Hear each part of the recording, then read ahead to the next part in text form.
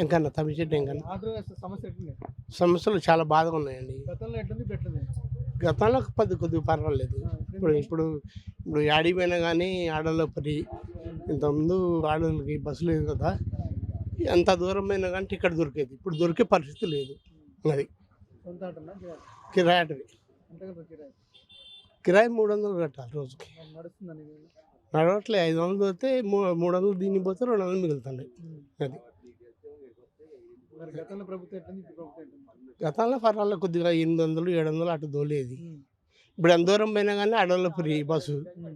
ఇక వచ్చేటప్పుడు ఫ్రీకి రావడమే, ఉత్త ఆటో వేసుకొని రావడమే. అది ఏం చెప్తాను ప్రభుత్వానికి? ఏం చెప్తాను? ఏం చెప్పండి, 12,000 రూపాయలు వస్తున్నాయని. రావట్లేదు సార్. నాకు 60 సంవత్సరాలు వచ్చి పెన్షన్ కూడా రావట్లేదు.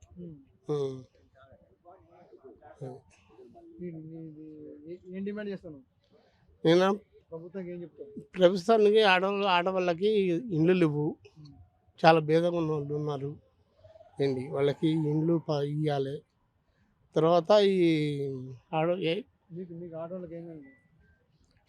ఆటో డ్రైవర్కి ఏం కావాలి? మీ సమస్య మాకా ఈ పడుతున్నాయి, ఈ డబ్బులుగా ఇస్తున్నాడు కదా, 12,000 ఇస్తున్నాడు కదా, ఇది రావాలని కోరుకుంటున్నాం. ఈ ఫ్రీ బస్సులు పెట్టిన కాంచి కిరాయిలు ఉండలేదు, ఏం ఉండలేదు. సామాన్యంగా అసలు రోజు ఇంతకుముందు 1000-1500 తోలుకుంటాం, ఇప్పుడు ఏం తోలుకోపోలేకపోతున్నాం. మళ్ళీ అందులో ఒకటి ర్యాపిడ్లో సరైన గిట్టుబాటు ధరలని ఇవ్వట్లేదు. ఇక కొత్త పిల్లగాళ్ళు వచ్చి తోలుకుంటున్నారు, కానీ మాకైతే జీవనం మరీ ఘోరంగా కూలిపోయినాం.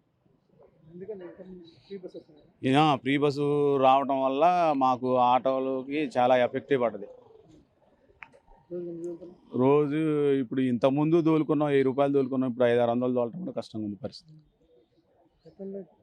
గతంలో మంచిగా ఉంది, గతంలో బస్సులు ఫ్రీ బస్సులు లేవు, మంచిగానే తోలుకున్నాం. రోజుకి ఇంటికి 1000 రూపాయలు తీసుకుపోగలిగినాం, కానీ ఇప్పుడు ఏం తీసుకుపోలేకపోతున్నాం.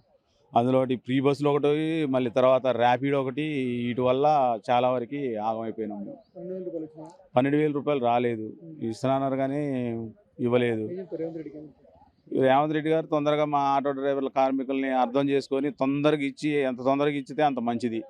మాకు ఇబ్బంది కాకుండా ఉంటుంది. ప్రభుత్వం వాళ్ళు ఎమ్మటే హామీ ఇవ్వకుండా కూడా వాళ్ళు ఎమ్మటే అమలు చేశారు. మాకు ఫస్ట్ హామీ ఇచ్చి కూడా మాకు ఇప్పుడు ఇంతవరకు ఇయ్యను కూడా ఇవ్వలేదు.